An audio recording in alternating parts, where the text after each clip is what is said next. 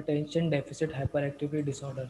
सबसे पहले हम इसकी डेफिनेशन पे आ जाते हैं। सही है, ADHD हमारे पास क्या है, ब्रेन डिसऑर्डर। सबसे पहले that affects how you pay attention, sit still and control your behaviour. हम इसके अंदर पेशेंट जो है अटेंशन सही से नहीं पे कर पाता और अब उसका बिहेवियर कंट्रोल नहीं होता, एंगर इश्यूज होते हैं। और ये basically it happens in children and teens and can continue into adulthood. ये ज़्यादा कॉमन है चिल्ड्रंस और टीन्स में और ये कंटिन्यू होता है एडल्टहुड तक। सही है, ADHD is the most commonly diagnose mental disorder in children. Children में मोस्ट कॉमनली पाया जाता है। सही है, और इसके अंदर बॉयज़ का रेशियो ज़्यादा होता है as compare to girls ADHD disorders का। तो ये it's usually spotted during the early school years. ये हमारे पास स्पॉट होता है स्कूल के अर्ली ईयर्स में, जब हमारे पास चाइल्ड जो है प्रॉब्लम्स होते हैं पेइंग अटेंशन, सही से पे अटेंशन नहीं कर पाता और प्रॉब्लम होता है और अंडरस्टैंडिंग में। सही है, ADHD कान बी प्रिवेंटेड और क्योर। ये हमारे पास कभी प्रिवेंट और क्योर नहीं हो सकता, but spotting it early plus having a good treatment and education plan can help इसके मैनेज, हम इसके सिम्टम्स को मैनेज कर सकते हैं by a good treatment and good education plan basically. सही है, ADHD की कॉजेज हमारे पास क्या है, एक्सपर्ट्स हमारे पास श्योर नहीं है व्हाट कॉजेज ADHD हमारे पास क्या कॉज कर रहा है। तो इसकी जो सर्टेन फैक्टर जो हम निकालते हैं वो ये है जीन्स के ज़रिए। सही है, हेरिडिटरी फैमिली में चला आ रहा है तो वो ADHD कॉज करेगा। हमारे पास ब्रेन में आउट ऑफ हमारे पास केमिकल्स की इम्पेयरमेंट हो जाएगी, आउट ऑफ बैलेंस हो जाएंगे, तो ये ADHD कॉज कर सकता है हमारे पास।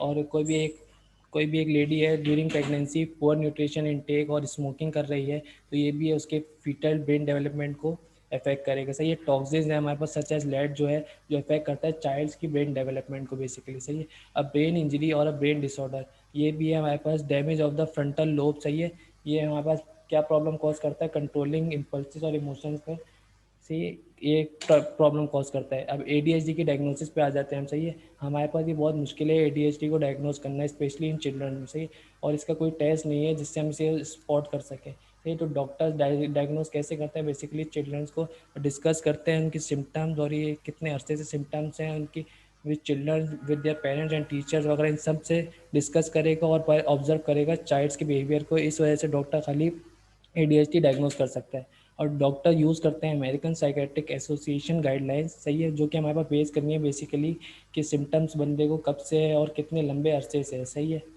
इस पे डॉक्टर ये डायग्नोज करेगा। इसकी ट्रीटमेंट पे आ जाते हैं। ADHD treatment, there are several approaches for treating ADHD। हमारे पास बहुत सारी अप्रोचेज हैं ट्रीटिंग ADHD के लिए, पर रिसर्च हमें सजेस्ट करती है यहाँ पे बेस्ट वे कौन सा है सही है सिम्टम्स को करने का। मल्टी मोडल अप्रोच है। सही है, ये मल्टी मोडल अप्रोच क्या है, this involve multiple methods of treatment जो कि वर्क टुगेदर करती है। सही है, many symptoms of ADHD can be manage with medication और थेरेपी और मेडिकेशन से बहुत सारे सिम्टम्स मैनेज हो जाते हैं इजीली बाय ऑफ ADHD। सही है, अब close cooperation is very important, जो कि बहुत ज़रूरी है इसके अंदर थेरेपिस्ट की, among therapist doctors teachers and patients की क्लोज कोऑपरेशन बहुत ज़रूरी है इसकी ट्रीटमेंट के लिए। सही है, हमारे पास सर्टेन मेडिकेशन आ जाती हैं। Stimulants are the most commonly prescribed medication for treating ADHD।